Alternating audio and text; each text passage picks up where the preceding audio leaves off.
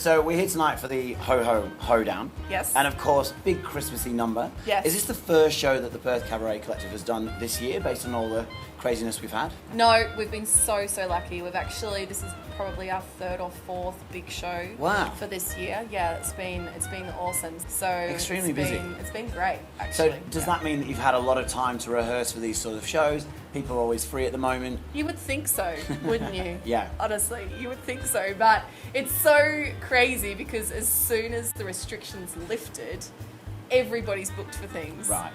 So PCC's busy, this band's busy, everybody's back doing stuff. So generally, if we're lucky, we'll get in one. If we're really lucky, we'll get 2 rehearsals before a show. Okay. So before this show, we've had a couple of rehearsals, 1 rehearsal. Just the one. Crikey. So Spectacular is the new show at Fringe. Yes. Is that sort of akin to a Moulin Rouge style theme? Yeah, how did you know? I've done my research, I'm ready to go. So anybody who's influenced by musical theatre, musicals, Moulin Rouge is always in that top 10, right? And for me, I've always loved that movie. Yep. And I wanted to do something, we've got Lotte L'Amour, who has just been working at Moulin Rouge for 3 years. Wow. Coming in. So we're doing something maybe a little bit French, but don't want to give too much away. No, okay. Sweet. Yeah, sorry, Baz Luhrmann, but I totally stole Spectacular as the title of our show. Look, I think he'll be okay with it, Yeah. because Perth Cabaret Collective, Baz Luhrmann, you're on the same page. It's all right. How's the preparation for Fringe change versus this show? It's different in the way, with this show, it's just fun, right? It's Christmas, you can't go too far wrong, really. Yeah. Let's be honest. Whereas with Fringe, we're always pushing ourselves to do something different artistically. We're trying to create moments within shows that people are like, wow, this is amazing. Mm-hmm. We want people to go away and be like, you have to come and see this show. We're trying to step it up every single year. Yes, thank you so much for joining us just before your show tonight. Can't wait to see that, and also super excited for the PCC back at Fringe in 2021. Me too. So hurry down the journey tonight. So that was over a month ago, and now we're here to check in with the Perth Cabaret Collective for their last rehearsal before the Fringe season starts. Let's see how it's going. 1, 2, 1, 2, 3. Yes! Ooh la la! What a fantastic singers, Mark. How are you feeling for your last rehearsal before Fringe starts? Goodness me, it's very exciting. We're all here, all the dancers, all the singers, the whole band. It's all coming together. It's quite a magical time, really. It's all about the start. So magic's in the air. Ooh la la! Ooh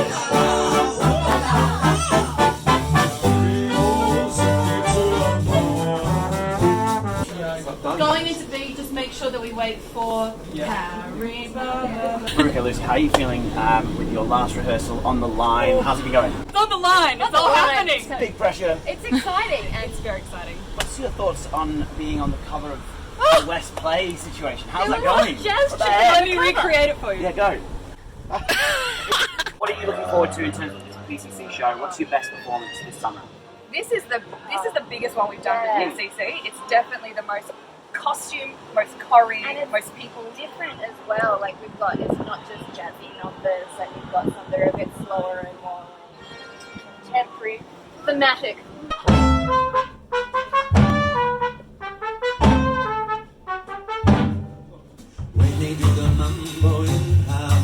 We just want to catch you before you finish off your rehearsal, before Fringe starts. How are you feeling? Bloody excited. It's going to be awesome. Come along.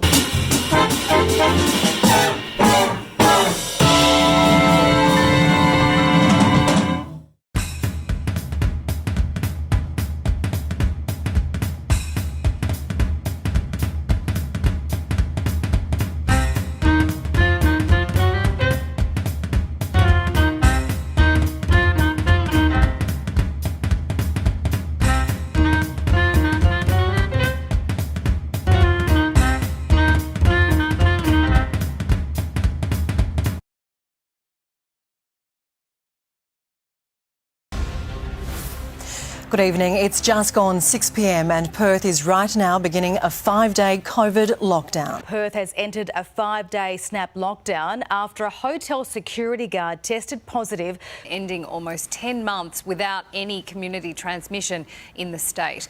For the next 5 days, pubs, bars, clubs, playgrounds and gyms are closed. Restaurants and cafes are only open for takeaway.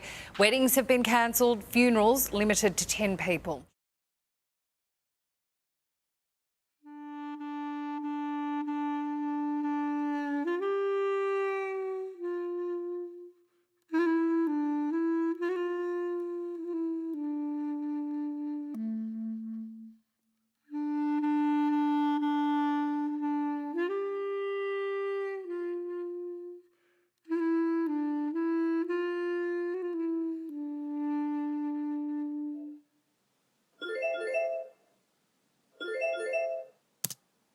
Yes, opening night is the 8th of February, but we're not at Fringe at all. What's going on?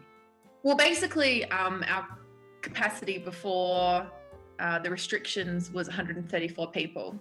So with the new restrictions, it got reduced to 67. And then the other issue was that out of those 67 tickets that were available, how many people were actually going to turn up?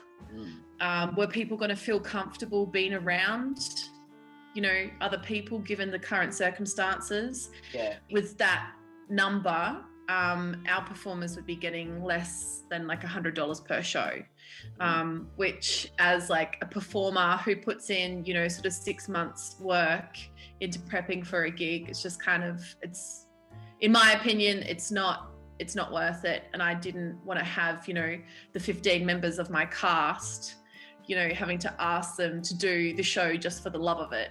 I think it gets to a point in a professional career where it's like, you can't just do it for the love of it anymore. We all have bills to pay, and we've just got to be realistic. So yeah, there were lots of reasons, but I would say that, yeah, they were main contributors for my decision. It's really hit me hard because it's, I mean, for everybody who's in this situation, it's months and months of preparation.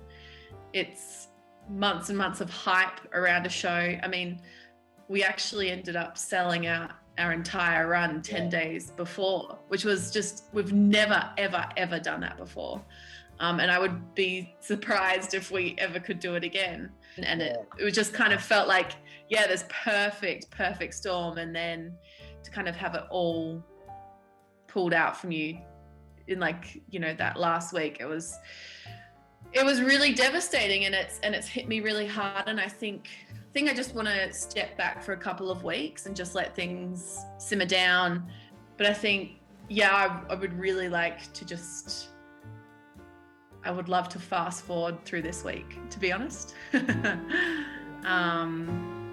Yeah, and then onwards and upwards from that point.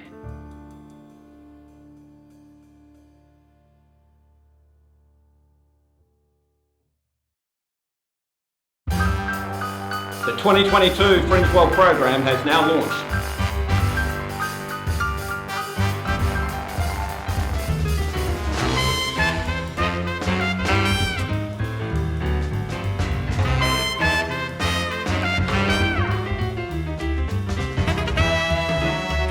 You'll have a blast.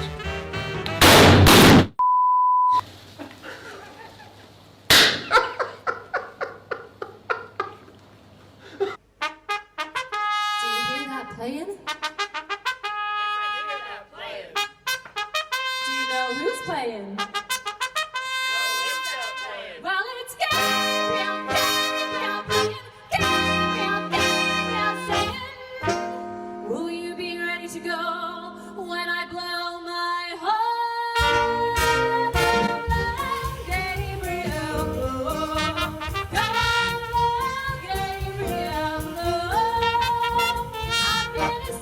Afghanistan, now I'm willing to drink my lap. So blow, Gabriel, blow. Yeah, cool. Just tell us everything that's gone wrong. Okay. Hi, I'm Jess. I am the musical director of Spectacular. So we have been busy this year with lots of different shows. and finally getting spectacular ready for Fringe this year. So here we are. But it has been a bit of a journey to get to this point. 3 days out from today, our lead singer found out that she was a close contact, somebody with COVID. So she is out, and we have a replacement who confirmed and came and did our final rehearsal, which was yesterday. And then after that rehearsal yesterday, our drummer found out that his workplace was a exposure site. So he's out, and we have a fantastic new drummer coming in to do tonight's show. We've worked so hard on this show, and the music is so tricky, and we have such an extraordinary cast who have really put in so much time and effort into amazing dance routines, and it just feels good to finally get it out. We have 14 tunes, all of which had to be arranged for the band. I don't know if there are any Anastasia fans out there, not the 90s singer, but the movie. Our opening piece is a tune from that movie. We've had it arranged for the band, and it just sounds so phenomenal, and it's such an uplifting, exciting piece of music to play. And we have Lotta L'Amour, so we have a can-can in this tune, and we have a can-can dancer from the Moulin Rouge doing it, which is just super exciting. We have the 9 musicians, we have 3 amazing dancers, 3 amazing singers.